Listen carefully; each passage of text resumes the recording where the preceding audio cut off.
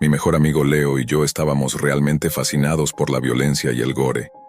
Mirábamos todas las películas más sangrientas y extremas que podíamos encontrar en nuestra desesperada búsqueda de cintas aún más intensamente violentas. Poco a poco, comenzamos a quedarnos sin opciones. La calidad de las películas que estábamos forzados a ver iba decayendo cada vez más, hasta que ya no lograban satisfacer nuestra necesidad de ver escenas de acción exageradas y muerte. Fue entonces cuando a Leo se le ocurrió lo que él pensó que era una idea brillante. Todo lo que veíamos era falso. ¿Y qué mejor manera de satisfacer nuestra necesidad de violencia que ver algo real? Leo había escuchado de su hermano sobre algo llamado la Deep Web, donde supuestamente se podían encontrar videos de personas siendo brutalizadas, sin efectos especiales de mala calidad, ni pintura roja para simular sangre. Me dijo que hablaría con su hermano para averiguar cómo acceder a ese sitio, y que vendría a mi casa al día siguiente para empezar. Salió corriendo hacia su casa para buscar a su hermano, mientras yo pasaba el día viendo películas de terror terribles en Netflix. Al día siguiente me desperté con el sonido de mi celular. Era Leo. «Amigo, estoy afuera, levántate». Estábamos en vacaciones de primavera y mi madre estaba fuera de la ciudad por asuntos de trabajo, así que tenía la casa para mí solo. Me levanté, me puse algo de ropa y fui a abrir la puerta para dejar entrar a Leo. Antes de que pudiera abrir la puerta completamente, él ya había entrado con una gran sonrisa en el rostro. «Sé cómo hacerlo, hombre. Sé cómo entrar en la Deep Web. Vi algunas cosas anoche y es exactamente lo que estamos buscando», dijo Leo, mientras su sonrisa se ensanchaba cada vez más. «Suena bien, vamos a empezar», le respondí, frotándome las manos y siguiendo a Leo hasta mi habitación. Se sentó frente a mi computadora y de inmediato abrió una página web que le pedía que instalara algo. «Esto no va a arruinar mi computadora, ¿verdad?», le pregunté. «No, mi hermano lo usa todo el tiempo. Es completamente seguro», respondió Leo sin despegar la vista de la pantalla. Me explicó que su hermano había conocido a algunas personas en la Deep Web que le habían dado un enlace a este sitio, con contenido exactamente del tipo que nos interesaba ver. Leo sacó de su bolsillo una hoja de papel con la dirección escrita en letras grandes y desordenadas, que terminaba en Onion. Escribió la dirección en el navegador Tor, que acababa de descargar, y lo que parecía ser una pantalla completamente negra apareció en la pantalla. Creí que había escrito el enlace incorrectamente, pero él comenzó a mover el cursor lentamente por la página, hasta que encontró un pequeño hipervínculo azul que decía: «Entra bajo tu propio riesgo». Leo hizo clic en el enlace y la página tardó casi un minuto en cargar. Cuando finalmente se abrió, el fondo era negro, y todas las palabras aparecían en rojo. En grandes letras en la parte superior de la página decía «Mercy Kill», muerte por misericordia. Brazos y piernas desmembrados, de los cuales goteaba sangre, formaban las letras del título. Debajo de este encabezado había una barra horizontal con diferentes categorías para elegir: tortura, pornografía, secuestro, animales, y la lista continuaba. También había un botón de enviar, que deduje era para que la gente subiera sus propios videos al sitio web. Después de navegar por las categorías durante un rato, encontramos una que pensamos que tendría el tipo de contenido que buscábamos. Hicimos clic en asesinato, y una vez más, la página tardó bastante en cargar. Cuando se abrió había 3 cuadros negros en fila, uno debajo del otro con títulos debajo de cada uno. En el centro de cada cuadro había un botón de reproducción flotando. El título del primer video era «Este cerdito se fue a casa», seguido por «Llévame al juego de béisbol» y «Ruleta rusa con un giro». Los videos no tenían una vista previa ni miniatura, así que no teníamos idea de lo que nos esperaba al hacer clic en reproducir. Leo decidió comenzar con Ruleta rusa, pensando que sería la opción menos riesgosa, ya que sabíamos de qué trataba el juego de la ruleta rusa. El video tardó un momento en cargar y luego comenzó. En la imagen aparecía un hombre sentado en una silla. La habitación tenía un suelo de baldosas blancas y una sábana blanca colgada detrás del hombre. Enfrente de él había una mesa blanca con 6 pistolas alineadas. El hombre solo llevaba calzoncillos y estaba cubierto de sudor. Una de sus manos estaba atada a la silla, pero la otra estaba libre. Parecía joven, aunque definitivamente era mayor que nosotros, y estaba extremadamente delgado, como si no hubiera comido en semanas. Podíamos ver que movía los labios, pero no se escuchaba nada. Leo rápidamente encendió los altavoces de mi computadora y entonces pudimos oírlo. El juego es simple, decía el hombre. Hay 6 armas sobre la mesa. Una de ellas tiene una bala, las otras no. Elige una, ponla en tu boca y aprieta el gatillo. Si eliges correctamente te dejaré ir. El hombre en la silla extendió su mano temblorosa y agarró la pistola que estaba en el centro de la mesa. Levantó la pistola hasta su cara, miró el cañón, cerró los ojos y murmuró algo inaudible para sí mismo. Luego puso el arma en su boca y apretó el gatillo. El sonido que salió de los altavoces hizo que mi corazón casi se saliera del pecho. La sábana detrás del hombre se llenó de salpicaduras de sangre y materia cerebral. Su cabeza cayó hacia atrás y luego se desplomó rápidamente hacia adelante, golpeando la mesa con un ruido sordo. La mesa blanca pronto se tiñó de rojo con la sangre. Desde detrás de la cámara pudimos escuchar al hombre que estaba grabando riéndose para sí mismo, hasta que su risa se convirtió en una carcajada desquiciada. Finalmente salió frente a la cámara.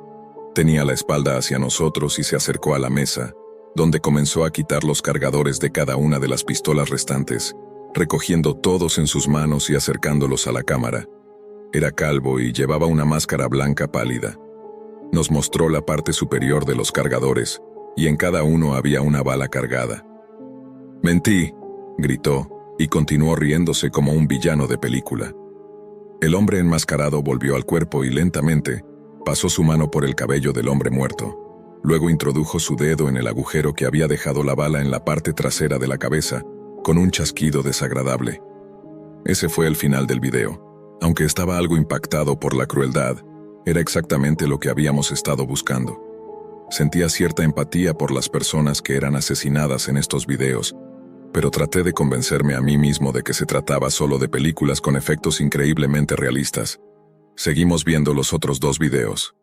El de «Este cerdito se fue a casa» mostraba a una mujer atada a una mesa metálica, a quien le iban cortando cada dedo de los pies con unos alicates, uno por uno, y se los daban de comer a un hombre obeso y desnudo, mientras que su boca era mantenida abierta con un retractor dental. «Llévame al juego de béisbol». Era un video en el que un hombre con uniforme de béisbol estaba atado a una silla de madera. Parecía que ya había sido golpeado brutalmente. Había 2 hombres frente a él, cada uno con un bate de béisbol en la mano, de pie en lo que parecía ser algún tipo de escenario. «¿Te gusta tocar a los niños?» «Srenia», le gritó uno de los hombres al que estaba atado. El hombre uniformado comenzó a decir algo, pero de repente uno de los otros hombres bajó un bate con una fuerza descomunal sobre su entrepierna. El hombre comenzó a gritar de forma desgarradora, mientras los otros 2 seguían golpeándolo salvajemente en las rodillas y el estómago. Finalmente, cuando el hombre parecía estar a punto de perder el conocimiento por completo, decidieron acabar con su sufrimiento. Ambos levantaron los bates y golpearon su cabeza al mismo tiempo, con la máxima fuerza. Pude escuchar el crujido de los huesos al contacto. Luego vertieron gasolina sobre él, encendieron un fósforo y lo prendieron fuego. Arrojaron los bates al fuego, y el video terminó. Después de ver esos 3 videos estábamos intrigados. Leo comenzó a desplazarse hacia abajo para ver los siguientes 3 videos, cuando apareció un pequeño anuncio en la esquina inferior derecha de la pantalla. ¿Te gustaría suscribirte para recibir videos exclusivos gratis cada día?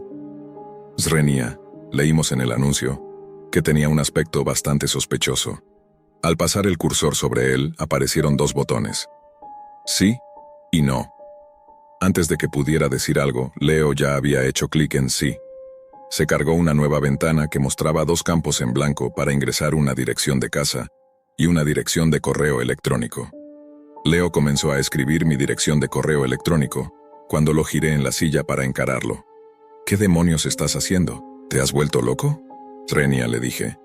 «Vamos, hombre, recibir videos exclusivos suena genial», respondió Leo con la misma sonrisa tonta que tenía en su cara desde que había llegado. «Si quieres suscribirte, usa tu dirección de correo y tu dirección. No quiero que mi información esté circulando en la Deep Web», le respondí. «Como sea», dijo Leo, cerrando la ventana. Justo cuando estábamos por seguir viendo más videos, alguien llamó a la puerta. Leo pareció ignorarlo y siguió desplazándose por la página web, así que me levanté y fui hacia la puerta principal. Al abrirla, encontré a la madre de Leo, que parecía un poco frustrada. «Hola, Bruno, ¿está Leo aquí?» Swing me dijo con una sonrisa, aunque noté que estaba molesta con él por algo. Supuse que su hermano le había contado que Leo estaba explorando la Deep Web. Sí, iré a buscarlo, le respondí, invitándola a entrar mientras volvía a mi habitación. Abrí la puerta y una vez más, Leo parecía ajeno a mi presencia. Le puse una mano en el hombro y él se sobresaltó, dando un salto. «Oye, tu madre está aquí, y no parece muy contenta», le dije mientras él se giraba en la silla. «Maldito chismoso», murmuró Leo, confirmando mis sospechas. «Bueno, nos vemos luego», me dijo mientras hacíamos nuestro saludo de manos, y lo acompañé hasta la puerta. Su madre ya estaba esperándolo en el coche, así que les hice un gesto de despedida y se marcharon. Cuando volví a mi habitación, noté que Leo había cerrado todo en mi computadora. No lo había visto bien, así que no sabía cómo volver a abrir esa página por mi cuenta. Decidí prepararme un tazón de cereal y pasar el resto del día viendo videos en YouTube. Unas 2 horas después de que Leo se fue, recibí una notificación de un nuevo correo en mi teléfono. Abrí la aplicación de correo y noté que el mensaje no tenía asunto y provenía de una dirección de correo electrónico cifrada. Al abrirlo, encontré un mensaje en letras rojas y en negrita que decía: «Felicidades. Gracias por suscribirte a nuestros videos exclusivos diarios. Se te enviará un video exclusivo de uno de nuestros usuarios cada día. Puedes cancelar tu suscripción en cualquier momento. Entrega estimada, mañana a las 6 de la tarde». «¿Qué?», Swing dije en voz alta para mí mismo. Leo me había suscrito mientras yo no estaba en la habitación. Ahora mi dirección de correo electrónico podría estar circulando por cualquier rincón de la Deep Web, accesible para cualquiera. ¿Qué diablos iban a entregar mañana? Pensé que solo se trataba de videos. ¿Por qué no podían enviarlos por correo electrónico? Le envié un mensaje de texto a Leo, llamándolo idiota por hacer algo tan tonto sin mi permiso, pero no recibí respuesta. Eventualmente me calmé y continué mi día como de costumbre. Me quedé despierto hasta tarde jugando videojuegos con algunos de mis otros amigos y finalmente me fui a la cama. Al día siguiente me desperté alrededor de las 3 de la tarde y le envié otro mensaje a Leo para ver si quería venir a ver más videos. Esperaba que dijera que sí para que pudiera enseñarme cómo acceder a la página por mi cuenta, pero una vez más no obtuve respuesta. Supuse que su madre le había quitado el teléfono como castigo. Mi madre me había dejado una lista de tareas para hacer en la casa, y una de ellas era revisar el correo todos los días.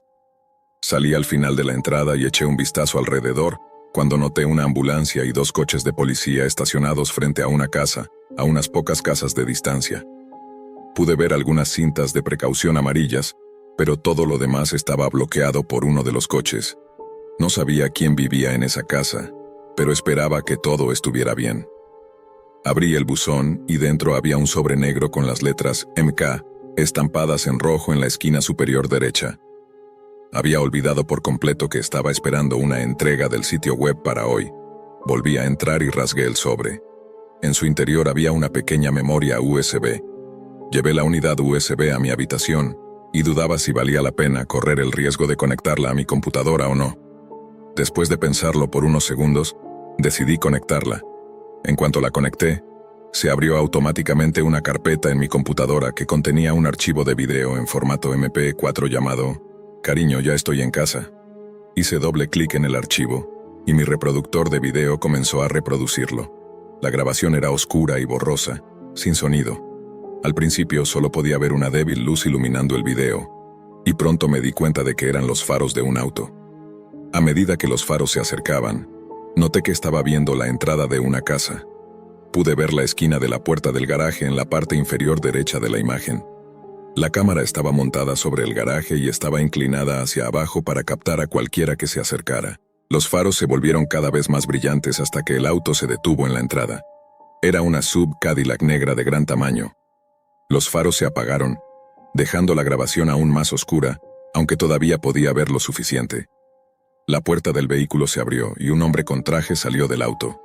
Apenas podía distinguir su rostro, pero se notaba que era alguien de mediana edad, evidentemente con un buen trabajo. Cerró la puerta del conductor y abrió la puerta trasera. Al inclinarse hacia el asiento trasero, posiblemente para buscar algo, otro hombre de complexión robusta apareció en la escena. Estaba completamente vestido de negro, y llevaba una capucha que cubría la mayor parte de su cara. Sus manos estaban dentro de los bolsillos de su sudadera mientras se acercaba sigilosamente al hombre, que aún estaba buscando algo en el asiento trasero de su auto. El encapuchado agarró al hombre de negocios por el hombro y lo giró para enfrentarlo. El hombre con traje levantó las manos en señal de sumisión, pero el encapuchado sacó un gran cuchillo de su bolsillo y lo hundió repetidas veces en el abdomen de su víctima. Luego, deslizó el cuchillo hacia arriba a través de su torso, abriendo la chaqueta de su traje. A través de la grabación borrosa, pude ver cómo la camiseta blanca del hombre se teñía casi completamente de rojo. El hombre cayó sobre sus manos y rodillas junto al vehículo. Entonces, el encapuchado lo agarró por el cuello, apoyó su cabeza contra el coche y comenzó a golpearla con la puerta repetidas veces, hasta que quedó hecha un desastre, completamente plana y ensangrentada. Curiosamente, el video me mantenía entretenido. Fue más fácil desconectarme de la tragedia de ese pobre hombre porque la mala calidad de la cámara no me permitía ver las expresiones en su rostro. Le envié un mensaje de texto a Leo para contarle que había recibido el video exclusivo. No hubo respuesta. Saqué la memoria USB de mi computadora y la dejé sobre el escritorio. Me preparé una cena rápida en el microondas y encendí la televisión. Casi nunca veía la televisión, y lo último que había dejado mi madre antes de irse era el noticiero. Así que eso fue lo que apareció en la pantalla. En el banner debajo del presentador se leía: hombre brutalmente asesinado frente a su casa. Por motivos de seguridad, no se mencionaba la ubicación exacta de la comunidad. Recordé los coches de policía y la ambulancia que había visto antes, y me di cuenta de que debían estar en la escena del asesinato. No fue hasta que el presentador compartió más detalles que llegué a una conclusión aterradora. El hombre fue encontrado muerto en su entrada anoche, con múltiples heridas de arma blanca y un trauma masivo en la cabeza. La esposa ha identificado al fallecido como Michael Feather, padre de 2 e integrante de una querida familia local. Si tienes alguna información que pueda ayudar en la investigación, por favor, llama a nuestra línea de denuncias, declaró el presentador.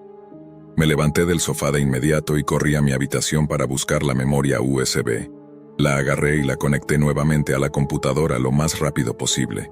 Con las manos temblorosas hice doble clic en la carpeta, pero el video ya no estaba allí. Pensé que tal vez lo había eliminado o movido por accidente. Busqué en cada carpeta de mi computadora, pero no estaba en ninguna parte. Entré en pánico y me apresuré a buscar el sobre en el que había venido la memoria USB. Afortunadamente estaba cerca de la parte superior del basurero. Lo saqué y lo revisé nuevamente. Esta vez noté algo que no había visto antes. El sobre no tenía sello postal. No había sido enviado por correo. Había sido entregado en persona. Tomé mi celular para llamar a la policía, pero dudé.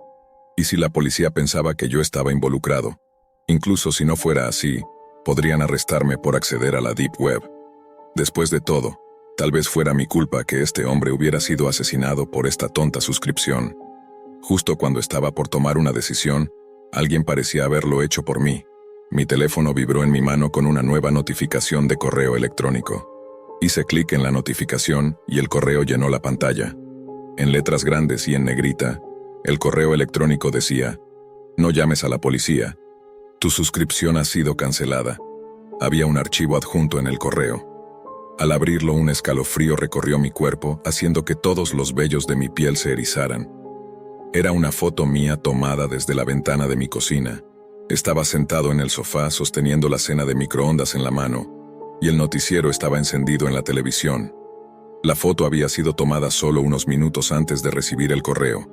En ese momento, estaba aterrorizado, pero con la esperanza de que esta persona me dejara en paz, decidí no llamar a la policía. Esa noche, me aseguré de no hacer ningún ruido y me acosté mirando al techo y escuchando cualquier sonido, aunque fuera el más mínimo. En algún momento, mi cuerpo no resistió más y me quedé profundamente dormido. Me desperté con el sonido de platos chocando entre sí. Me senté en la cama y escuché un momento más, hasta que oí lo que parecía una silla deslizándose suavemente sobre el suelo. Me levanté lentamente y agarré el cuchillo que había dejado en mi mesa de noche. Sentía el estómago revuelto y ya estaba sudando frío. Cuando tomé el pomo de la puerta y lo desbloqueé, el pequeño clic sonó como el ruido más fuerte que jamás hubiera escuchado. Abrí la puerta y asomé la cabeza por el marco para mirar hacia el pasillo. Observé hacia la sala de estar, pero estaba demasiado oscuro como para ver algo a esa distancia. Salí al pasillo dando cada paso lo más suavemente posible, mientras mi corazón latía con fuerza, como si intentara escapar de mi pecho. La puerta de la habitación de mi madre seguía cerrada, tal como había estado desde que se fue. Logré llegar a la sala de estar, pero no quería encender la luz y revelar mi presencia a cualquiera que ya estuviera consciente de ella. Observé la puerta y noté que había una silla apoyada contra el pomo. Una silla que yo no había colocado allí. Apenas tuve tiempo de entender lo que eso significaba antes de que alguien me agarrara por detrás y una mano cubriera mi boca.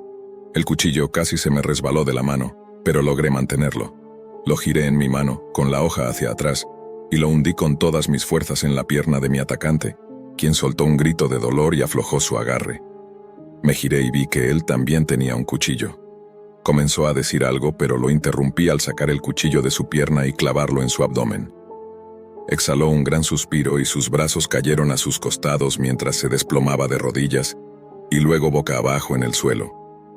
Me apresuré a encontrar el interruptor de la luz y después de unos segundos tanteando en la oscuridad, lo encontré y lo encendí. Miré mis manos. Estaban cubiertas de sangre igual que el interruptor de la luz y el cuchillo. Me giré para enfrentar a mi atacante. Parecía mucho más pequeño que el hombre que había visto en el video de la entrada, pero llevaba una sudadera con capucha negra. Lo tomé por el brazo, lo giré sobre su espalda y lo que vi me dejó completamente paralizado. La persona que me había atacado dentro de mi casa era Leo. No podía creer lo que estaba viendo. ¿Por qué haría algo así? ¿Iba a matarme? Nos conocíamos desde tercer grado. Él no debía hacerme daño. Las lágrimas comenzaron a caer por mi rostro. Había matado a mi mejor amigo y no entendía nada de lo que estaba ocurriendo. Después de lo que parecieron horas de pensar y llorar, decidí que ya era momento de llamar a la policía y contarles lo que había sucedido. Justo cuando llegué tambaleándome a la sala, algo en mi pantalla llamó mi atención. Era un mensaje de texto de Leo enviado apenas una hora antes. Oye amigo, no sé cómo explicarlo, pero alguien está tras nosotros. Voy para allá ahora, tengo la llave que me diste. Estaremos más seguros juntos. Leí el mensaje y en ese instante recibí 2 correos electrónicos del remitente anónimo. Seleccioné el primero. Dentro había un enlace que no podía abrir desde mi teléfono, así que encendí mi computadora y lo escribí en el navegador Tor. La página me llevó directamente al sitio de la Deep Web, Mercy Kill, que Leo y yo habíamos estado explorando unos días antes, y me dirigió a un video. La grabación estaba en visión nocturna, con ese tono verde brillante característico, y la cámara parecía estar escondida en algún lugar alto. De inmediato reconocí mi propia sala de estar, y supe lo que iba a ocurrir a continuación. Me vi a mí mismo en el video, apuñalando a Leo en la pierna y en el estómago, y vi cómo él se desplomaba lentamente en el suelo dejando un charco de sangre. El video estaba titulado Ops, y justo debajo había una etiqueta que decía, «Gracias por tu envío». En ese momento mi tristeza se transformó en furia. Juré vengarme de quien me había obligado a hacerle esto a mi mejor amigo. Tomé mi teléfono del escritorio y abrí el segundo correo electrónico. Este mensaje contenía un archivo adjunto. Hice clic en él y una foto se abrió en la pantalla. Al girar el teléfono de lado, la imagen se agrandó. Era una foto de mí, arrodillado junto al cuerpo de Leo, con mis manos cubiertas de su sangre y lágrimas corriendo por mi rostro.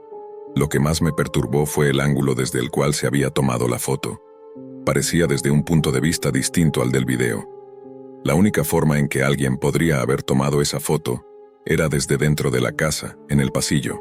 Mientras comenzaba a armar las piezas de este oscuro rompecabezas, escuché la puerta de la habitación de mi madre chirriar al abrirse.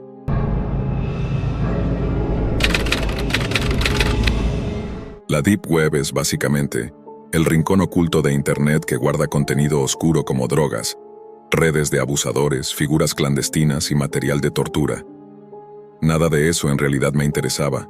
La única razón por la que exploraba la Deep Web era para investigar secretos gubernamentales y temas parecidos. Después de pasar un buen rato buscando enlaces relacionados con esa clase de cosas, me terminé aburriendo y decidí encontrar otro tipo de contenido en la Deep Web. Tenía un sistema de protección activo, de modo que si alguna vez me topaba con algo ilegal, no me rastrearían. Fue entonces cuando encontré un enlace que me dirigió a una página llamada La Cámara. En la descripción del sitio se explicaba que estaba dedicado a videos extremadamente perturbadores, incluyendo material de tortura y asesinatos. Había una pantalla de video negra con un botón de reproducción. Me ganó la curiosidad y decidí hacer clic en él. Al instante apareció una pantalla negra con un contador y un cuadro de chat en vivo, donde varias personas estaban esperando algo. El temporizador mostraba 3 minutos para el espectáculo. Movido por la curiosidad, escribí en el chat preguntando por qué todos estaban esperando. Todos respondieron que se trataba de una transmisión en vivo de un asesinato. No me gustó nada la idea, así que deslicé el cursor hacia la X para cerrar la ventana, pero justo en ese instante, un mensaje apareció en la pantalla negra diciendo: «Es hora del espectáculo». Me quedé esperando y mirando, tratando de ver qué iba a ocurrir. En ese momento, la imagen cambió y apareció una mujer amarrada a una silla en una habitación apenas iluminada. Luego un hombre con una máscara apareció frente a la cámara, mirándola directamente y dijo: «Es hora del sufrimiento». Después, se dirigió a una puerta que abrió y cerró tras de sí. Unos segundos más tarde regresó, esta vez llevando a un perro atado con una cadena. El perro ladraba de forma intensa, con una actitud muy agresiva. Era un pitbull, y entendí de inmediato lo que estaba a punto de suceder. El pitbull se abalanzó sobre la mujer, quien seguía atada a la silla. Ella gritaba de dolor mientras el perro la mordía y desgarraba su carne. Pasados unos minutos, sus gritos cesaron y murió. La persona con la máscara salió de la habitación con el perro, dejando el cuerpo de la mujer en un estado verdaderamente brutal.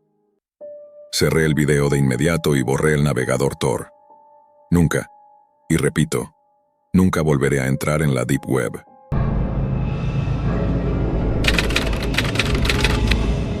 No puedo compartir demasiados detalles, pero trabajo para el gobierno del Reino Unido.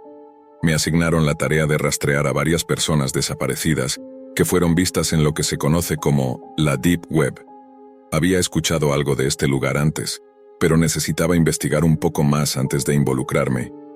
Es un sitio donde los delincuentes pueden estar a salvo, un refugio para asesinos a sueldo, transmisiones en vivo de actos violentos, pornografía infantil, los rincones más oscuros de Internet.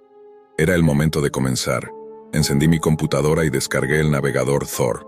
La instalación fue rápida y sin problemas. En cuestión de minutos estaba todo listo y funcionando. Gracias a mi investigación previa, sabía que la wiki oculta me guiaría hacia los sitios que buscaba. Las personas desaparecidas habían sido vistas en un sitio que transmitía tortura en vivo, así que comencé por ahí. Vi actos horribles. En un video alguien había capturado a un hombre sin hogar y el administrador del sitio permitía que el público comentara lo que querían que le hicieran. Le arrancaron los ojos, le cortaron la cara y lo desollaron mientras aún seguía con vida.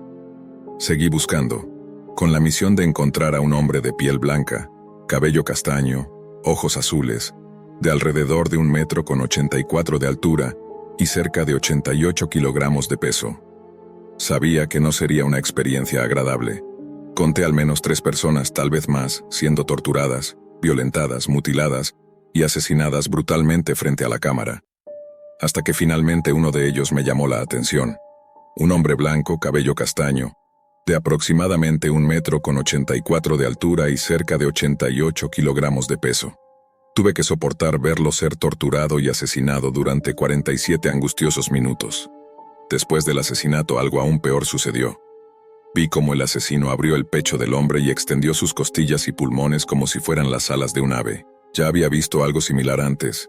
Era la águila de sangre, un antiguo método de ejecución usado por los vikingos, en el que abrían las costillas de la víctima desde la espalda y sacaban sus pulmones para que parecieran alas desplegadas. Este tipo de asesinato no era algo que se viera todos los días. Al ver el video, me di cuenta de que esto no era un acto de violencia al azar. Había un patrón, una conexión con prácticas rituales antiguas. El culto de la águila de sangre estaba de vuelta. Este culto era una organización de asesinos a sueldo que operaba en cualquier lugar del mundo, sacrificando víctimas al águila, a quien consideraban su deidad.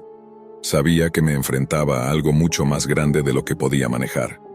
No tenía los recursos ni el entrenamiento necesario para desmantelar una organización criminal de esta magnitud. Ni siquiera contaba con pruebas sólidas para presentar a mis superiores, solo un video espantoso y perturbador que encontré en la web oscura. Necesitaba un respiro, algo de normalidad. Cerré el navegador y, tras salir del sitio, algo comenzó a sentirse extraño. Mi fondo de pantalla, la imagen que tanto valoraba de mi ceremonia de graduación, estaba distorsionada. No soportaba más, así que grité y apagué la computadora de inmediato, pensando que un virus era el causante de este horror, tal vez para asustar a quienes veían este tipo de contenido. Salí de mi oficina, pero escuché la computadora encenderse de nuevo, como si estuviera viva. Corrí de vuelta y horrorizado vi el monitor. No había sangre ni imágenes grotescas, solo unas palabras en la pantalla. Mi nombre seguido de El Ojo del Águila todo lo ve. ¿Cómo lograron encender mi computadora de forma remota? ¿Cómo sabían mi nombre? Salí de la casa de inmediato, tomando mis llaves, cartera, teléfono y cualquier cosa que pudiera necesitar. Respiré profundo, disfrutando del aire fresco, y caminé solo por un rato para despejar mi mente. Todo parecía tan normal afuera, como si el horror de la Deep Web no pudiera alcanzarme en el mundo real.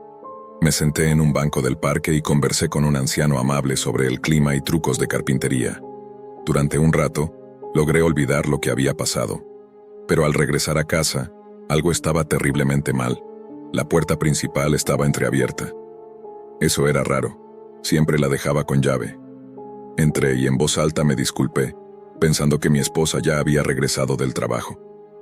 «Perdona, amor, tuve que salir a caminar. Necesitaba un respiro», dije mientras subía las escaleras. Al llegar a la habitación noté algo que jamás había visto.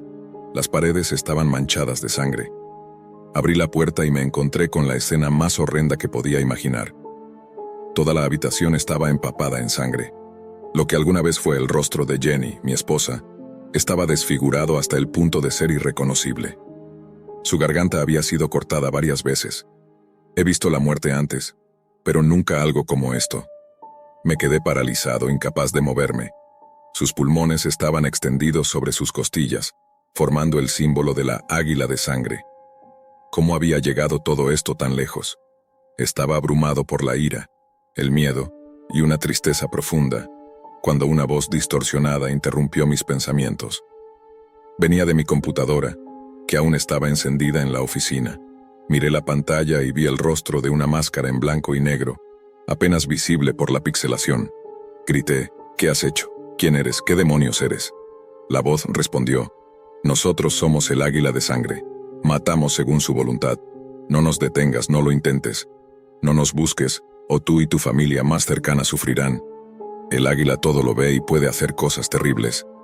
Me quedé paralizado, sin poder hablar, sintiéndome completamente culpable de haber traído esta maldición a nuestras vidas. No quería saber más, solo quería huir de todo esto. Tomé una decisión, llamé a la policía y les conté lo que había sucedido. Investigaron, y finalmente concluyeron que había sido un suicidio. No lo podía creer. Pasaron semanas, pero el horror seguía atormentándome. No podía seguir viviendo en ese lugar, así que decidí dejarlo todo. Reservé un vuelo a Canadá, donde teníamos una pequeña cabaña de madera. Empaqué mi escopeta de confianza y todo mi dinero en dólares canadienses. Dejé atrás mi vida y renuncié a mi trabajo. Nunca quise volver a la Deep Web ni oír nada de ella. Ahora llevo una vida relativamente tranquila. La terapia me ha ayudado a recuperarme, y soy feliz, al menos en la medida en que puedo serlo. Han pasado años y me siento seguro, casi. Sin embargo, que esto sirva como advertencia para todos. El águila todo lo ve. Si deseas buscarla o detenerla, adelante.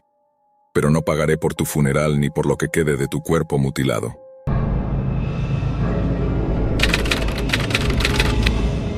Cualquier persona con un mínimo interés en la Deep Web ha escuchado sobre los inquietantes servicios que se encuentran disponibles, siempre que tengas las criptomonedas necesarias para pagarlos. Desde contratar a un hacker hasta participar en una sala roja mortal, muchos creen que casi cualquier cosa está al alcance.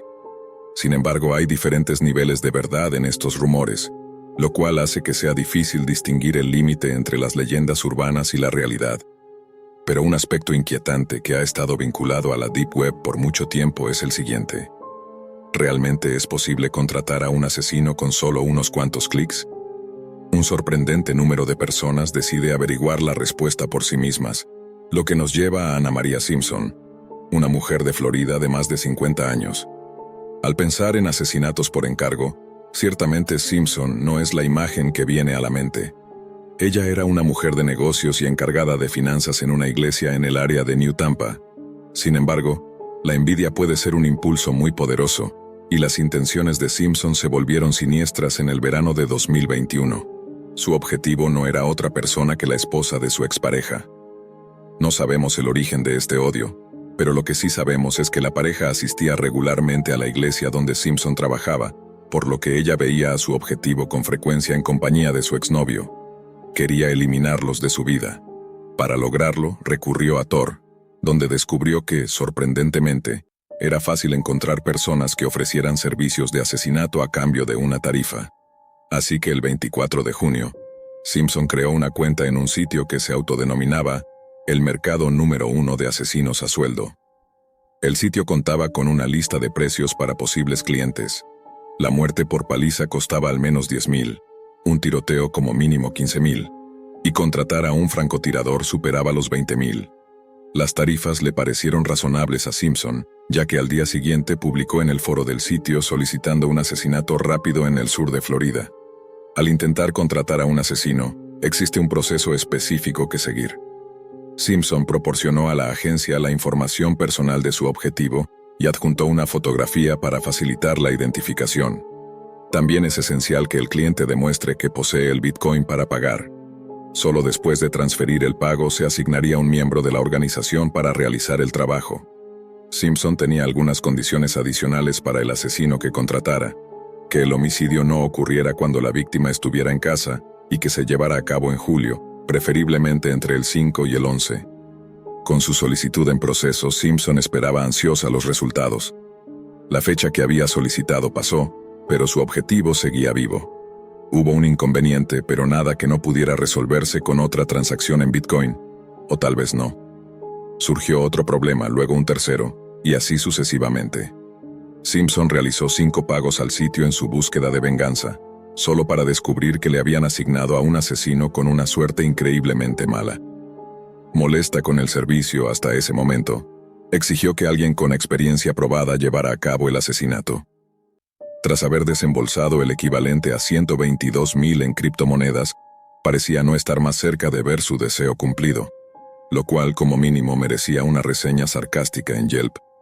Afortunadamente para ella, pronto fue contactada por alguien que parecía capaz de realizar el trabajo. Desafortunadamente, esa persona era un agente del FBI cuya misión era arrestarla. Una vez más, los detalles de cómo ocurrió esto permanecieron vagos, con informes que solo indicaban que el FBI fue alertado sobre Simpson sin mayores explicaciones. Existen un par de teorías. Una posibilidad es que los administradores del sitio informaran a las autoridades, algo que ha sucedido en al menos una ocasión con sitios de asesinatos por encargo. Otra opción es que el sitio estuviera bajo el control del FBI, lo cual es bastante común en la Deep Web, donde las autoridades logran apoderarse de dominios asociados con actividades delictivas. Cualquiera que fuera el caso, los investigadores necesitaban pruebas concluyentes de la culpabilidad de Simpson, y las obtuvieron de una forma bastante ingeniosa. Un agente, haciéndose pasar por el asesino a sueldo, envió un mensaje para cumplir con el trato, y luego se presentó por mensaje de texto. Poco después tuvieron una conversación telefónica grabada, en la cual discutieron los detalles del asesinato.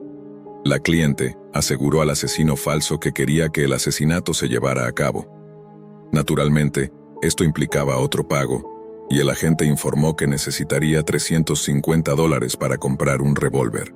Curiosamente, el hecho de que un asesino profesional apareciera sin armas no le pareció sospechoso a Simpson, así que aceptó. Inicialmente, el agente le pidió una transferencia bancaria a través de Western Union, pero Simpson, con algo de experiencia, sabía que eso sería rastreable. Insistió en que el pago se realizara en criptomonedas para garantizar su seguridad. Cuando el agente accedió, ella utilizó su cuenta en Coinbase. Sí, el mismo Coinbase que requiere identificación equivalente a un pasaporte para registrarse. Simpson fue arrestada poco después. La captura tuvo lugar el 22 de septiembre de 2021, y Simpson se declaró culpable de un cargo de asesinato por encargo el 19 de enero del año siguiente. Unos meses después fue sentenciada. Actualmente cumple una condena de 6 años y medio por su crimen y deberá someterse a 3 años de supervisión tras su liberación. Además, se le ordenó pagar otros $10,000 en restitución. Todo esto podría haberse evitado si, en lugar de buscar un asesino, Simpson hubiera investigado cómo operan los servicios de asesinatos en la Deep Web. De haberlo hecho, habría descubierto que el número total de asesinatos confirmados por asesinos de la Deep Web es 0. Gracias al marketing de la Deep Web en sitios como Alphabay, la actividad delictiva por la cual la Deep Web es especialmente conocida es la venta de sustancias ilícitas. Aunque se habla frecuentemente sobre estos mercados, los sistemas que los sostienen rara vez se analizan. Y por ello, en nuestro último segmento vamos a cubrir exactamente eso. Esta es la historia de Zen, un hombre al que algunos llaman el señor de la Deep Web. Nacido en 1959, Hugo García fue un niño inusual. Durante su adolescencia, desarrolló un interés por los edificios históricos y estaba particularmente fascinado con un búnker nazi de la Segunda Guerra Mundial en las afueras de su ciudad natal, Arnhem, en los Países Bajos. Lo había visitado 10 veces durante su infancia, y la fascinación por los búnkeres nunca lo abandonaría. Su otra obsesión era la ciencia ficción, un género con el que se sentía tan conectado que intentó transformar su habitación en una nave espacial futurista, llegando al punto de modificar la puerta de su dormitorio para que se abriera electrónicamente. El nombre Xen fue otra consecuencia de su adicción a la ciencia ficción.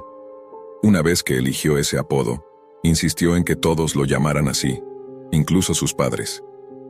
A principios de sus 20, Hermann Johann Xen hizo oficial su cambio de nombre.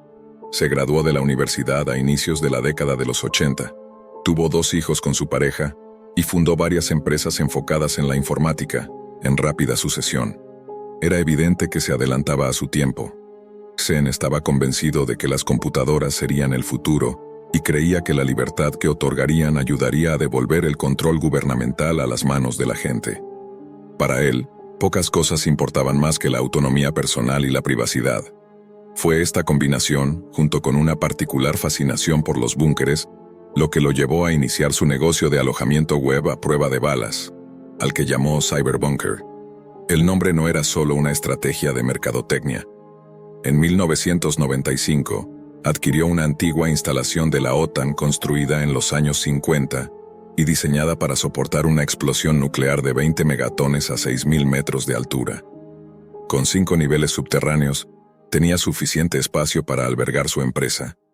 Xen llenó el lugar con servidores y amigos de ideas afines, varios tan excéntricos como él mismo. En ese periodo, cuando el funcionamiento de Internet aún era incierto, Xen aspiraba a liderar el cambio. En ese entonces, existía una supervisión mínima, y eso era precisamente lo que el peculiar holandés creía que debía ser. Sin embargo, incluso él tenía ciertos límites éticos, ya que las normas de Cyberbunker prohibían contenido terrorista e imágenes explícitas de menores. Todo lo demás estaba permitido. Como pueden imaginar, esto llevó a que sus servidores se llenaran rápidamente de entretenimiento para adultos. Parte de esa energía se trasladó dentro del búnker, donde supuestamente había una sala erótica con espectáculos en vivo que incluían a las parejas de Xen. A pesar de todo, el equipo logró hacer crecer el negocio. En 1999, un viejo amigo de Germán, Simón Martín Campos, se unió al equipo. Campos, también conocido por su nombre de usuario CB3Rob, era otro personaje singular, con inclinaciones anarquistas más intensas que las de sus colegas. Alrededor de la época en que llegó, Xen optó por alquilar una parte del búnker a un tercero. Este acuerdo persistió hasta el 27 de julio de 2002, cuando una explosión sacudió la zona alquilada. Xen sufrió quemaduras en el incendio que se desató, pero lo que se halló entre las cenizas tendría efectos mucho más duraderos: los restos de un laboratorio de drogas. Supuestamente sin el conocimiento del equipo de Cyberbunker, los arrendatarios habían estado produciendo éxtasis allí. Aunque existía cierta negación plausible y no se presentaron cargos contra Shen, su licencia comercial fue revocada. Esto significaba que, durante un tiempo, tuvo que trasladar su operación a la superficie. Días después, Shen hizo un movimiento audaz. Él y Campos declararon la independencia de su nuevo estado, la República de Cyberbunker. La República abarcaba el búnker parcialmente destruido y los terrenos circundantes. Dejando de lado la aparente sátira de proclamarse soberanos, decidieron que sería una monarquía. Shen asumió el título de presidente y rey de Cyberbunker, mientras que Campos fue nombrado Su Alteza Real, Príncipe Sven Olaf von Cyberbunker. El reinado de Xen y la independencia de Cyberbunker parecían en gran medida una broma para él, y sus motivos declarados incluían el deseo de trabajar en proyectos sin interferencia externa. Campos, por otro lado, estaba más que dispuesto a aprovechar su título, y hasta el día de hoy, sigue usando su inmunidad diplomática como carta para eludir problemas legales siempre que es posible. Con el paso de los años, la clientela de Cyberbunker fue distanciándose de los clientes legítimos y acercándose cada vez más a figuras del crimen organizado. Entre sus clientes más notables se encontraban Wikileaks y el sitio de intercambio de archivos Pirate Bay. Sus servicios eran utilizados con frecuencia en otras actividades ilegales, incluidas campañas masivas de spam y phishing. De hecho, Cyberbunker facilitó uno de los peores ciberataques de la historia, el cual supuestamente fue tan devastador que provocó que Internet experimentara ralentizaciones a nivel mundial. Legalmente, un anfitrión no puede ser considerado responsable por lo que hagan sus usuarios, siempre que no tenga conocimiento de actividades ilegales. En efecto, esto significaba que todos en Cyberbunker podían simplemente alegar ignorancia y mantenerse libres de cargos. Cansado del constante escrutinio en los Países Bajos, Xen compró un segundo búnker en junio de 2013. Este nuevo búnker estaba situado cerca del pueblo de Traben-Trarbach, en Alemania. Esta vez, Xen duplicó las medidas de seguridad, agregando una cerca perimetral y perros guardianes para mantener a los curiosos a raya. Se podría suponer que toda esta operación se derrumbaría eventualmente, y así sucedió, aunque el proceso no comenzó ahí, sino un año después, en los Países Bajos. Las autoridades holandesas estaban investigando un mercado ilegal llamado Cannabis Road, alojado en uno de los servidores de Cyberbunker. Aunque Xen alegó que había alquilado ese servidor a otra empresa, esto lo llevó a sospechar que la policía alemana lo estaba espiando y compartiendo información con las autoridades holandesas. Si esto no era cierto en aquel momento, pronto lo sería. Durante 5 años, la unidad de ciberdelincuencia alemana mantuvo una investigación encubierta. Aunque los servidores de Cyberbunker se presentaban como a prueba de balas, los investigadores lograron encontrar vulnerabilidades en la seguridad. La unidad principal obtuvo acceso para monitorear el tráfico web del búnker, y para su sorpresa, descubrieron que entre el 10 y el 15% de los datos que fluían a través de los servidores no estaban encriptados. Entre esos datos, hallaron conexiones con mercados de drogas, venta de información de tarjetas de crédito y una variedad de estafas. Mientras las autoridades construían un caso en su contra, Xen estaba cambiando de estrategia. El mundo a su alrededor había cambiado, y el negocio de alojamiento a prueba de balas se estaba volviendo menos sostenible, en gran parte debido a la decisión de operar desde una antigua instalación militar. La mayoría de los sitios legítimos se habían trasladado a servicios de alojamiento más baratos y convencionales, lo que significaba que los ingresos de Cyberbunker apenas cubrían los costos de mantenimiento. Mientras Xen buscaba alternativas, su enfoque seguía siendo la privacidad. Esta vez, decidió centrarse en asegurar teléfonos móviles. Con la ayuda de Campos y otros, Xen desarrolló aplicaciones encriptadas que operaban en una red privada. Estas aplicaciones se instalaban en teléfonos modificados sin cámaras ni sistemas de rastreo, y a menudo incluían un interruptor de emergencia que borraba todos los datos del dispositivo de manera instantánea. En el transcurso de un año, este nuevo negocio resultó ser más rentable que su empresa de alojamiento. Curiosamente, la mayoría de sus clientes de teléfono se encontraban en Irlanda, y había una razón para ello. A la izquierda de esta foto, podemos ver a Xen en todo su esplendor. A la derecha, al capo de la droga irlandés Jorge Michel. también conocido como el pingüino debido a su peculiar manera de caminar. Los vínculos de Michelle con Shen se remontan al menos hasta la compra del primer búnker. Supuestamente, Michelle había contribuido con $700,000 para cubrir parte de los costos. La relación comercial continuó durante décadas, y la red de distribuidores de Michelle resultó ser un mercado perfecto para los productos que Shen estaba ofreciendo. Sus lazos eran tan estrechos que el pingüino actuaba como vendedor, ofreciendo los teléfonos de Shen a los cárteles de droga colombianos. A pesar de que este negocio paralelo estaba funcionando sin problemas, en Alemania, los investigadores también habían cambiado de táctica. Querían atrapar a Xen en un delito explícito, evitando así que se escudara en áreas grises legales. El plan era sencillo. La unidad especial crearía su propio sitio fraudulento, ofreciendo una lotería de Bitcoin. Configuraron algo que parecía intencionadamente sospechoso. Compraron servicios de Cyberbunker y contactaron a un representante pidiendo asistencia.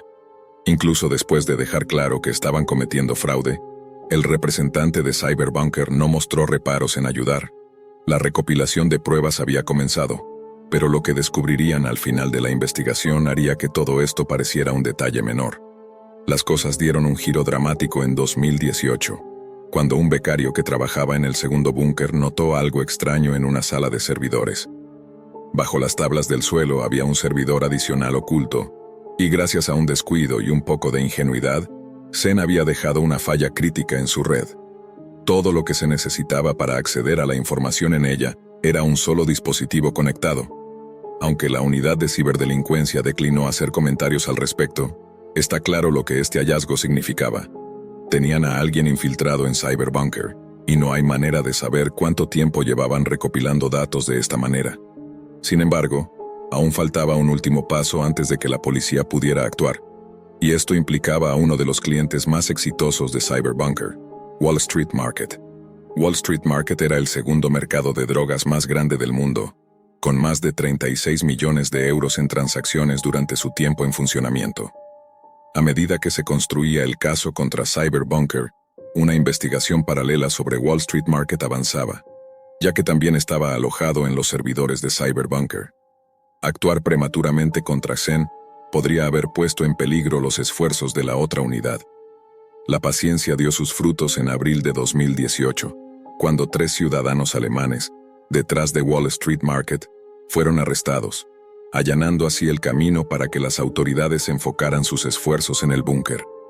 El 26 de septiembre de 2019 fue el día en que el imperio de la Deep Web de Xen se vino abajo.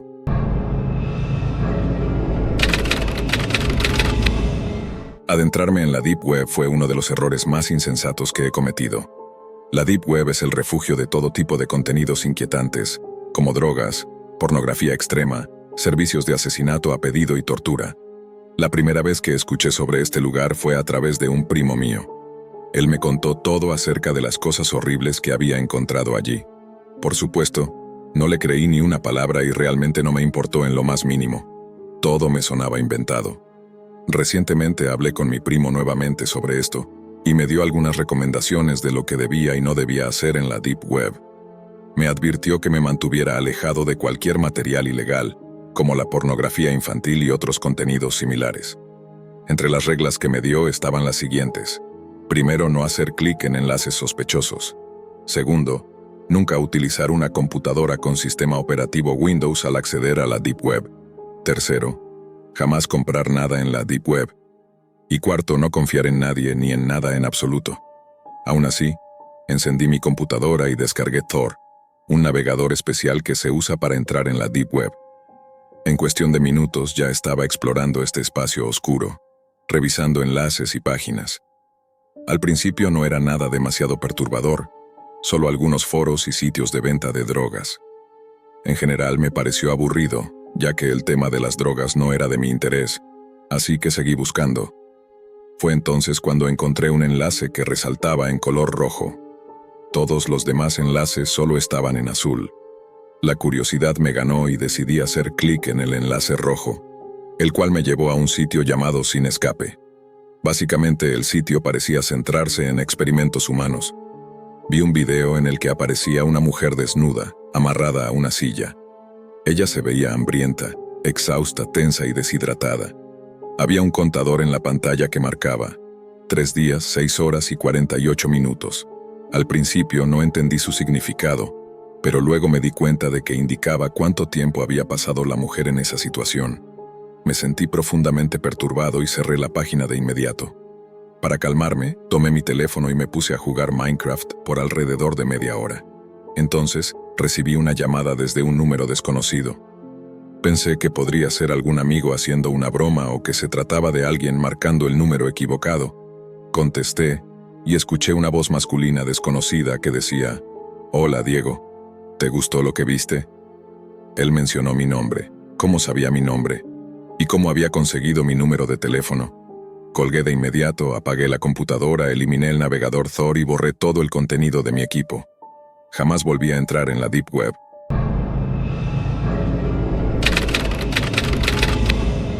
Mucho se ha dicho sobre la Deep Web, sus peligros, sus ofertas ilícitas y sus perturbadores usuarios. Hoy vamos a arañar la superficie de sus profundidades para separar la realidad de la ficción y ofrecerles un vistazo a los pilares sobre los que se construye este aparente refugio para los depravados. Aquí les presentamos 3 de los relatos más oscuros de la Deep Web. Aunque sea triste decirlo, la pobreza es una plaga que siempre existirá, ya sea por la crisis económica actual, los efectos de la guerra o cualquier otra cantidad de factores. Siempre habrá personas ricas y personas pobres. La mayoría de nosotros podemos hacer muy poco en el panorama general, y aquellos que tienen la fortuna y la influencia para provocar un cambio verdadero, nunca querrán transformar el sistema que les genera riqueza. Es admirable, entonces, que frente a un problema titánico, haya quienes se esfuercen por hacer la diferencia. Nos referimos a voluntarios internacionales que cambian las comodidades del hogar por algunas de las regiones más empobrecidas del planeta para ayudar a personas en situación de necesidad. Un destino común para aquellos que desean contribuir es la India, hogar de la mayor población mundial y un país donde la desigualdad económica es extrema. Existe una clara división entre quienes prosperan y quienes apenas luchan por sobrevivir. Dentro de este último grupo, no hay nadie tan vulnerable como los más de 18 millones de niños que han sido abandonados a su suerte en las calles del país. Son indefensos y dependen de la bondad de los demás, aunque el impacto del trabajo voluntario pueda parecer estadísticamente pequeño.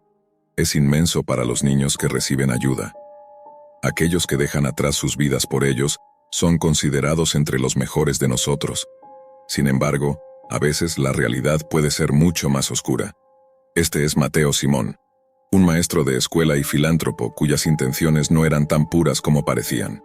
En 2007, a los 24 años, Simón dejó el Reino Unido y viajó a Chennai. A simple vista, sus razones parecían honorables. Entre 2007 y 2014, fue voluntario en organizaciones sin fines de lucro y trabajó en diversos orfanatos del país. El contexto es que la gran mayoría de los jóvenes abandonados en la India no cuentan con documentos, lo que los hace prácticamente invisibles en términos generales. Como resultado, son presas fáciles para aquellos con malas intenciones, ya que pocos se enteran de los delitos que se cometen contra ellos, y aún menos personas realmente se preocupan. Poco se sabe sobre las interacciones de Simón con los huérfanos a los que decía proteger, aunque la información que se conoció mucho después hizo innegable la explotación de al menos un niño bajo su cuidado.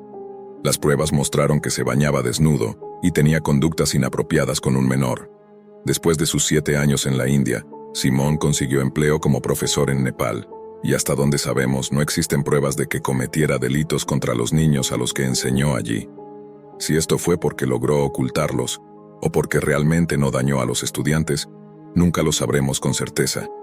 Sin embargo, como veremos pronto, Simón encontró una manera diferente de satisfacer sus oscuros deseos. Regresó al Reino Unido en julio de 2022 y, como era de esperarse, continuó asegurándose de estar siempre cerca de niños. En septiembre de ese mismo año, comenzó a trabajar en Thomas Buttery, una escuela privada en Londres cuyo costo anual supera las 200.000 libras. Quizá su alumno más famoso fue el príncipe Jorge, quien actualmente es segundo en la línea de sucesión al trono británico.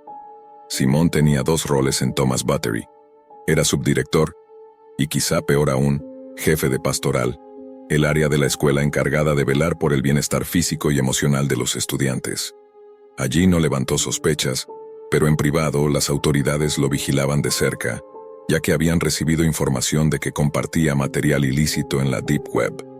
La infamia de la Deep Web proviene en gran medida de su relación con imágenes ilegales y depredadoras, lo cual no sorprende, dado su enfoque en la privacidad. El navegador Tor permite a usuarios con conocimientos técnicos un grado de anonimato sin igual, siempre y cuando sepan lo que están haciendo. Y donde hay anonimato, siempre habrá personas como Mateo Simón, listas para mostrar sus rasgos más oscuros.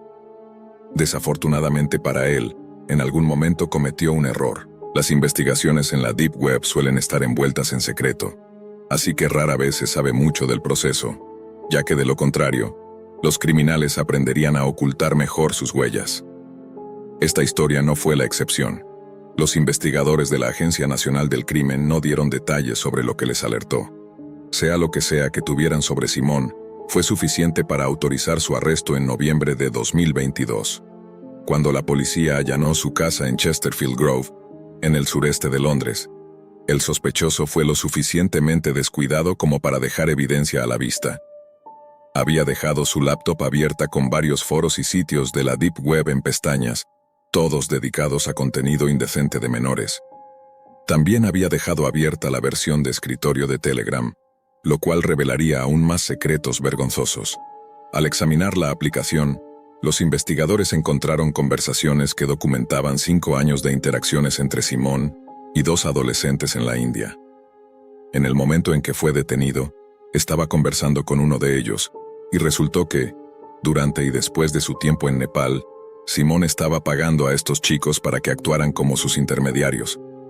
Les hacía peticiones específicas, les enviaba contenido ilegal como ejemplos, y les daba instrucciones sobre cómo ganar la confianza de un niño. Los adolescentes buscaban entonces a niños vulnerables, replicaban los ejemplos que Simón les mostraba, enviaban los resultados y recibían dinero por sus servicios. Un detalle a menudo pasado por alto es que uno de estos adolescentes parece haber sido una víctima anterior de Simón, probablemente el niño con el que la policía encontró evidencia de que se había bañado, según indicó el fiscal Martin Harper durante el juicio. Cuando el niño creció, Simón lo alentó a acercar a un niño de 8 años, alejándolo de su familia con la intención expresa de abusarlo. El acusado prometió cubrir los gastos escolares a cambio.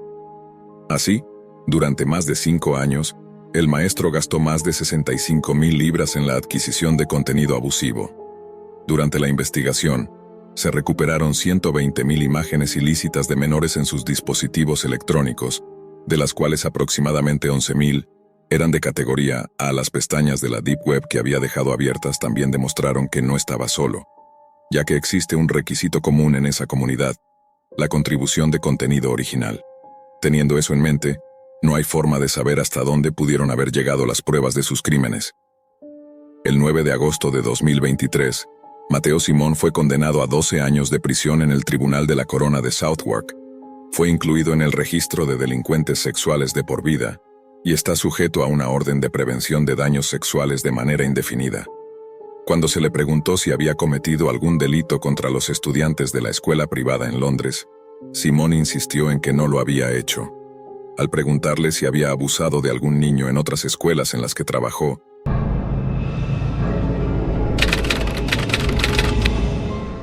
esta experiencia me sucedió en la Deep Web, y casi pierdo la vida por aventurarme en ella. Déjame explicarte. Estaba en la secundaria en ese momento, en mi 2º año, y apenas tenía amigos. Solo contaba con un amigo en esa época, que estaba en 3er año. Lo llamaremos Nico. Nico era de esas personas que estaban envueltas en drogas y temas similares. Fue él quien me habló sobre la Deep Web, contándome cómo allí se podía comprar armas ilegales, drogas y productos robados de varias compañías. Sentía curiosidad por entender de qué iba todo ese asunto de la Deep Web. Así que cuando llegué a casa, le envié un mensaje a Nico para que me dijera cómo entrar en la Deep Web. Nico me explicó que tenía que descargar un navegador llamado Tor para acceder. Encendí mi computadora y bajé el navegador Tor. Luego de configurar algunas cosas, finalmente estaba dentro de la Deep Web. Nico me dijo que para explorar más a fondo, tenía que hacer clic en enlaces dudosos. De todas maneras, después de ajustar Tor, me llevó a una página conocida como la Wiki Oculta. Había categorías como drogas, contenido para adultos, pornografía, documentos, entre otros. Hice clic en la sección de documentos, y aparecieron enlaces a una serie de sitios que realmente no llamaban mi atención. Nico me había advertido sobre la pornografía ilegal y los asesinatos que podían encontrarse en la Deep Web, y yo trataba de mantenerme alejado de esas cosas porque eran, en pocas palabras, horribles y perturbadoras. Sin embargo, continué navegando y haciendo clic en enlaces hasta que llegué a un sitio llamado Ayuda a Ana. Sabía que probablemente era peligroso solo por el nombre, pero a la vez me dio curiosidad ver qué había más allá de la primera página de ese sitio. Hice clic en la sección de fotos y videos, y realmente desearía no haberlo hecho. Lo que vi es algo que jamás podré borrar de mi mente. Había por lo menos cientos de fotos de personas siendo torturadas y atravesando situaciones horribles que nadie debería experimentar. Ni siquiera quiero entrar en detalles sobre lo que vi en esas imágenes. En ese momento apareció una pequeña ventana de chat en la pantalla que decía, ¿te gustó lo que viste? Escribí de vuelta diciendo que esas personas no eran humanas y que reportaría todo esto a las autoridades de inmediato. Ese fue probablemente el mayor error que he cometido, porque ni siquiera habían pasado 10 segundos cuando respondieron diciendo, «Está bien, te veré en esta dirección». Observé la dirección y me pareció familiar. Entonces caí en cuenta de algo aterrador. La dirección era la mía. En ese momento entré en pánico. Cerré la ventana, eliminé el navegador Tor y borré todo de mi computadora. Unas horas más tarde logré calmarme y olvidé lo sucedido. Seguí con mi vida, asistiendo a la escuela, jugando videojuegos, viendo películas y esas cosas. Aproximadamente una semana después, mis padres salieron a cenar y me dejaron solo en casa. Terminé mis tareas y me fui a jugar videojuegos en mi habitación. Mientras jugaba, pensé haber escuchado algo. Bajé el volumen y no oí nada, así que pensé que quizás solo estaba imaginando cosas y volví a jugar. No habían pasado ni 5 segundos cuando sentí una mano sujetando mi pierna. Me asusté y corrí hacia la puerta principal, pero había un hombre enmascarado bloqueándola. En total eran 5 personas rodeándome. Cabe mencionar que soy un tipo bastante alto. Mido 1,94 m, pero sabía que no podía enfrentarme a tantas personas al mismo tiempo. Con voz temblorosa, les pregunté qué querían de mí. El hombre que estaba bloqueando la puerta se acercó y dijo, «Recuerda, dijimos que nos veríamos en tu dirección». Al principio no sabía de qué hablaba, pero luego recordé el sitio en la Deep Web. El hombre que estaba en la puerta dijo, «Atrápenlo». Me atacaron, ataron mis manos con cuerdas y cubrieron mi boca con cinta adhesiva. Me llevaron afuera hasta su camioneta. En ese momento supe lo que iba a pasar. Me convertiría en uno de los que aparecían en ese sitio web por haberme enfrentado a ellos. Lo que ocurrió después fue un milagro. Escuché sirenas a lo lejos acercándose a mi casa. Los hombres me soltaron y todos corrieron hacia la camioneta y huyeron rápidamente. Un minuto después llegó la policía y me tranquilizó. Les conté todo lo que había sucedido y poco después llegaron mis padres. Resulta que mi vecino había visto una camioneta blanca detenida en mi entrada y sospechó, así que llamó a la policía. En resumen, los policías nunca encontraron a esos tipos y eso me atormenta hasta el día de hoy. Nos mudamos a otro estado y no quiero tener nada que ver con la Deep Web. No ha pasado nada desde entonces y espero que nunca vuelva a suceder. Por favor, por tu propio bien no cometas el mismo error que yo. Mantente alejado de la Deep Web